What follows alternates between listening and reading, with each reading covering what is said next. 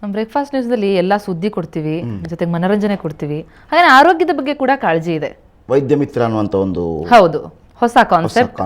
ದಿನವೂ ಒಂದೊಂದು ಟಿಪ್ಸ್ ಕೊಡ್ತಾ ಇರ್ತೀವಿ, ನಿಮಗೆ ಒಂದೊಂದು ಟಿಪ್ ಕೊಡ್ತಾನೆ ಇರ್ತೀವಿ. ಹಾಗಾದ್ರೆ ಇವತ್ತಿರುವಂಥದ್ದು ಕ್ಯಾನ್ಸರ್. ಈ ಪದ ಕೇಳಿದ ಕೂಡಲೇ ಬಹಳಷ್ಟು ಮಂದಿಗೆ ಹೃದಯ ಬಡಿತ ಜೋರಾಗುತ್ತೆ, ಏನೋ ಒಂಥರ ಭೀತಿ ಕಾಡುತ್ತೆ. ಇಷ್ಟಕ್ಕೂ ಈ ಕ್ಯಾನ್ಸರ್ ಅಂತಂದ್ರೆ ಏನು, ಅದು ಹೇಗೆ ಬರುತ್ತೆ, ಚಿಕಿತ್ಸೆ ಏನು, ಈ ಬಗ್ಗೆ ತಿಳಿಸ್ಕೊಡ್ತಾರೆ ನಮ್ಮ ವೈದ್ಯ ಮಿತ್ರರು.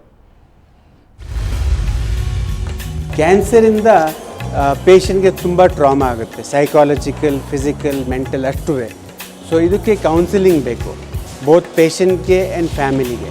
ಬಿಕಾಸ್ ಸಡನ್ಲಿ ಒಂದು ದಿವಸ ಗೊತ್ತಾಗುತ್ತೆ ದಟ್ ಕ್ಯಾನ್ಸರ್ ಪೇಷಂಟ್ಗೆ ನಾವು ಇರೋದಕ್ಕೆ ಜಾಸ್ತಿ ಟೈಮ್ ಇಲ್ಲ ಅಂತ. ಆ್ಯಂಡ್ ಪ್ಲಸ್ ಕ್ಯಾನ್ಸರ್ ಪೇಷಂಟ್ಗೆ ಪೇಯ್ನ್ ತುಂಬ ಜಾಸ್ತಿ ಫ್ಯಾಕ್ಟರ್ ಇರುತ್ತೆ. ಕ್ಯಾನ್ಸರ್ಗೆ ಅಸೋಸಿಯೇಟೆಡ್ ಪೇಯ್ನ್ ಕಂಟ್ರೋಲ್ ಮಾಡೋಕ್ಕೆ ತುಂಬ ಕಷ್ಟ. ಸೊ ಇದು counselling is very very important. So both ಫ್ಯಾಮಿಲಿಗೋಸ್ಕರ ಆ್ಯಂಡ್ ಪೇಷಂಟ್ಗೋಸ್ಕರ ಕೌನ್ಸಿಲಿಂಗ್ ಮಾಡಬೇಕು, ಅದು ತುಂಬ ಇಂಪಾರ್ಟೆಂಟ್.